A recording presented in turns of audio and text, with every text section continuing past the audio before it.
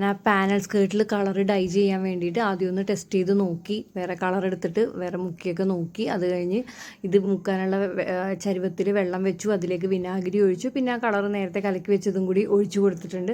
അപ്പോൾ എനിക്ക് തോന്നി ഇത്രയും വെള്ളം കൊടുക്കുമ്പോഴത്തേക്കും പിന്നെ ഇത്രയും പാനൽസും ഉണ്ട്, അതുകൊണ്ട് ഇത്രയും കളർ പോരാ എന്ന് തോന്നിയത് കൊണ്ട് വീണ്ടും കളറിൻ്റെ ഡൈ പൗഡർ ഇട്ട് കൊടുക്കണേണ്, നല്ല ഡാർക്കർ ആവാൻ വേണ്ടിയിട്ട്. കാരണം ഉണങ്ങുമ്പോഴത്തേക്കും ഇത് ഒരു പോയിൻ്റ് അത് കുറച്ച് ലൈറ്റാവും, അതുകൊണ്ട് നല്ല ഡാർക്കായിട്ട് തന്നെയാണ് ഞാൻ ആ പിങ്ക് കളർ, ഒരു ഫ്ലെമിങ്ങോ പിങ്ക് പീച്ച് കളറാണ് നമുക്കിപ്പോൾ ആവശ്യമുള്ളത്.